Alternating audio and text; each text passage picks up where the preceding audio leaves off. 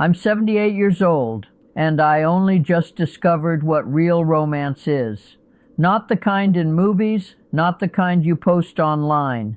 The kind that actually keeps someone beside you when your hands start to shake. I'm sitting at my kitchen table in a quiet house that used to be loud with laughter, arguments, music, and the clatter of forks against plates. It's early morning. The coffee smells burnt because I forgot to turn off the pot again. That happens now.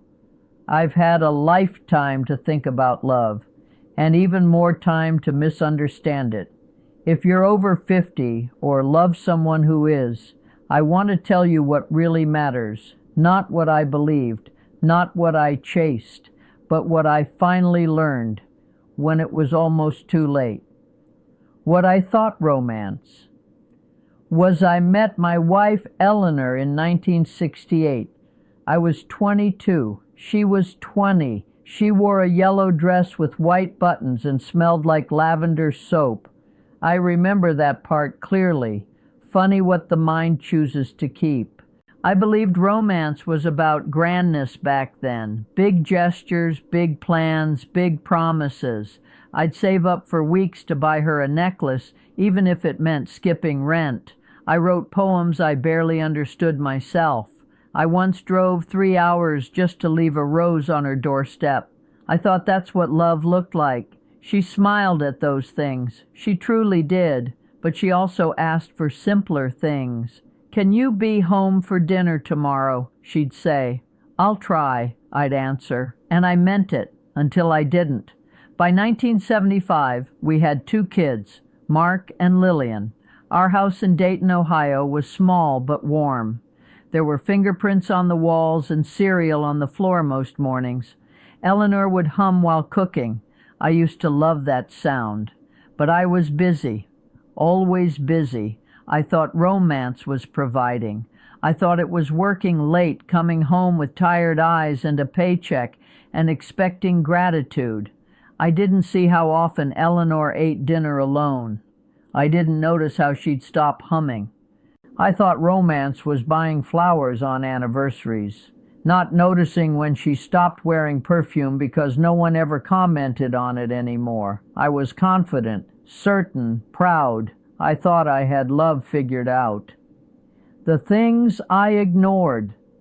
The moment I should have paid attention came in 1994. I was 48.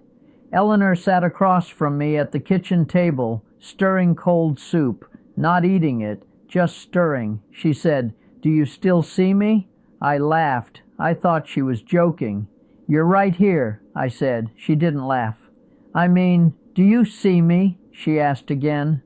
I remember the clock ticking on the wall, the refrigerator buzzing. I remember how uncomfortable I felt. I said something stupid, something like, "You're overthinking."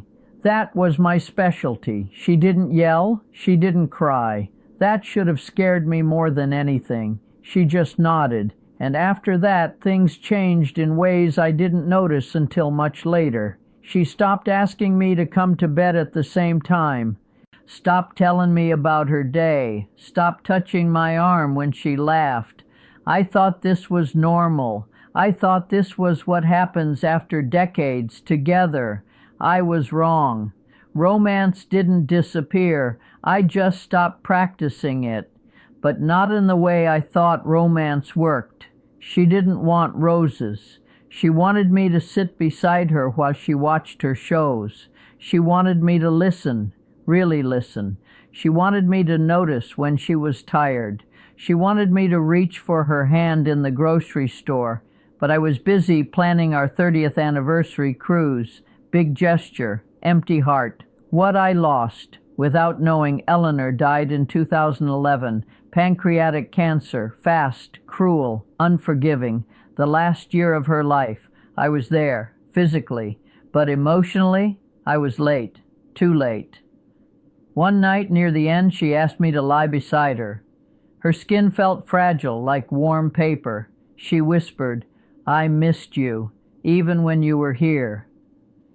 That sentence still lives in my chest. I didn't understand it then. I do now. After she passed, I started noticing things.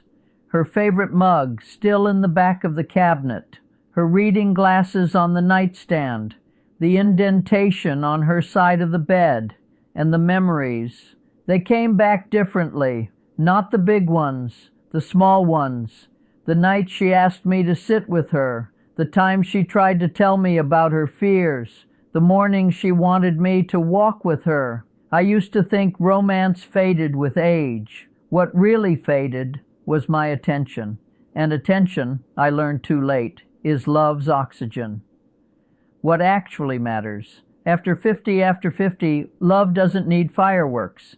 It needs presence. It needs patience. It needs noticing. It's not about seduction. It's about safety. When you're older, romance becomes quieter, but deeper. It's making tea for someone without asking. It's learning their silences. It's remembering how they like their toast. It's sitting beside them when words are too heavy. It's choosing them again every day, not with announcements, but with actions. I thought romance was about proving. It's really about staying. And if you're still with someone, please hear me. Look at them. Really look. Not their age, not their flaws, not what's changed, but who they are trying to be beside you. That's romance. And it doesn't wait. If you're watching this and someone came to mind, don't ignore that feeling. Go sit with them. Hold their hand. Ask how they really are. Don't wait for anniversaries. Don't wait for regret. I waited too long. If this story touched you, stay with this channel. There's still time for you.